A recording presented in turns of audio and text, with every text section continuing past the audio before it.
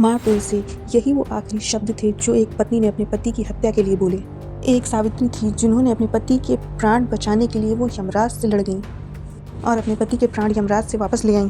और आजकल की पत्नियां हैं जो अपने ही पति की हत्या करवाने के लिए अपने प्रेमी के साथ मिलकर अपने पति की हत्या ही करवा देती हैं।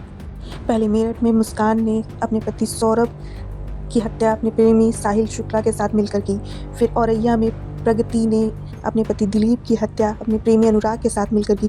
अब एक और नया मामला आया है इंदौर से, जिसमें सोनम रघुवंशी ने अपने पति राजा रघुवंशी की हत्या हनीमून के दौरान करवा दी अपने प्रेमी राज कुशवाहा के साथ मिलकर। आइए आपको पूरा मामला विस्तार से बताते हैं। 11 मई 2025 को राजा, जिनकी उम्र लगभग 29 साल, और सोनम, जिनकी उम्र लगभग 25 साल थी, इनकी शादी हुई इंदौर में।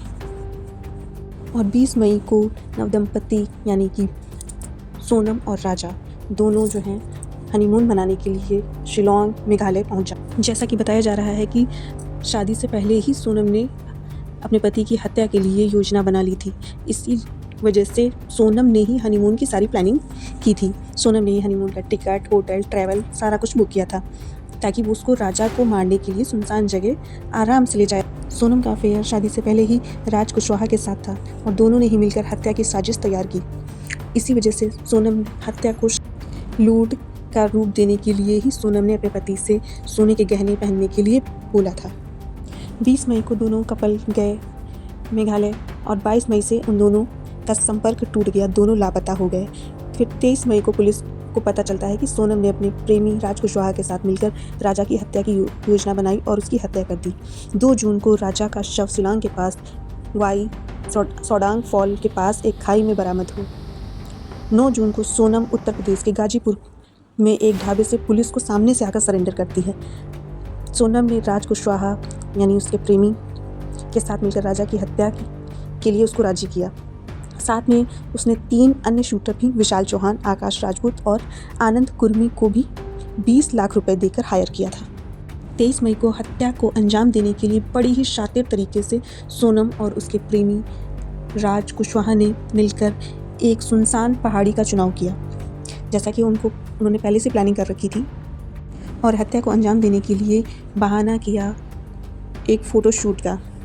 सोनम ने अपने पति से फ़ोटोशूट के लिए बोला और उस सुनसान पहाड़ी में अपने पति को लेकर गई। वहाँ पहले से शूटर मौजूद थे और उसका प्रेमी भी मौजूद था। तो सोनम ने आखिरी शब्द यही बोले कि मार दो इसे। आजकल पता नहीं क्या हो गया है समाज को, लड़कियों को, औरतों को, क्यों किसी की हत्या कर रही हैं, क्यों किसी के बेटे की जान ले रही हैं। अगर वो व्यक्ति नहीं पसंद है तो ना करो शादी। क्यों किसी के हंसते खेलते परिवार को बर्बाद करना, क्यों किसी माता पिता से उसके बेटे को दूर करना, क्यों किसी के भाई को उसकी बहन से दूर करना। अगर आप अपने माँ बाप का हवाला देते हैं कि मेरे माँ बाप मेरी शादी के लिए मतलब मनचाही शादी के लिए तैयार नहीं है, तो क्या आपके माँ बाप आपको जेल 30 तलाकों के पीछे देखने के लिए तैयार हैं? ये कैसा प्रेम है? कैसे कोई लाश के ढेर पे बैठकर हत्या करके अपने जीवन में खुश रह सकता है? किसी के माँ बाप से उसका बच्चा छीनकर कैसे कोई खुश रह सकता है? इससे तो अच्छा है कि आप शादी ही मत करो। अगर आप मनचाहे शादी नहीं कर सकते हैं तो आप शादी के लिए ही मना कर दो, लेकिन किसी का घर मत उजाड़ो, किसी की माँ की कोख मत उजाड़ो, किसी के बाप के बुढ़ापे के सहारे को मत छीनो। हाथ जोड़कर विनती है, अगर किसी के मन में भी ऐसी बातें चल रही हों तो प्लीज़ कृपया करके ऐसा मत करना।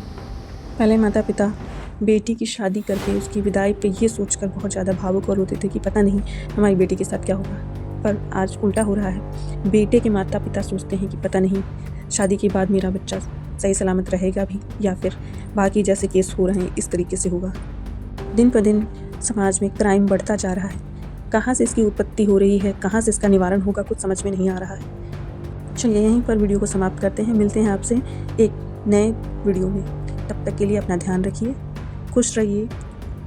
नमस्कार।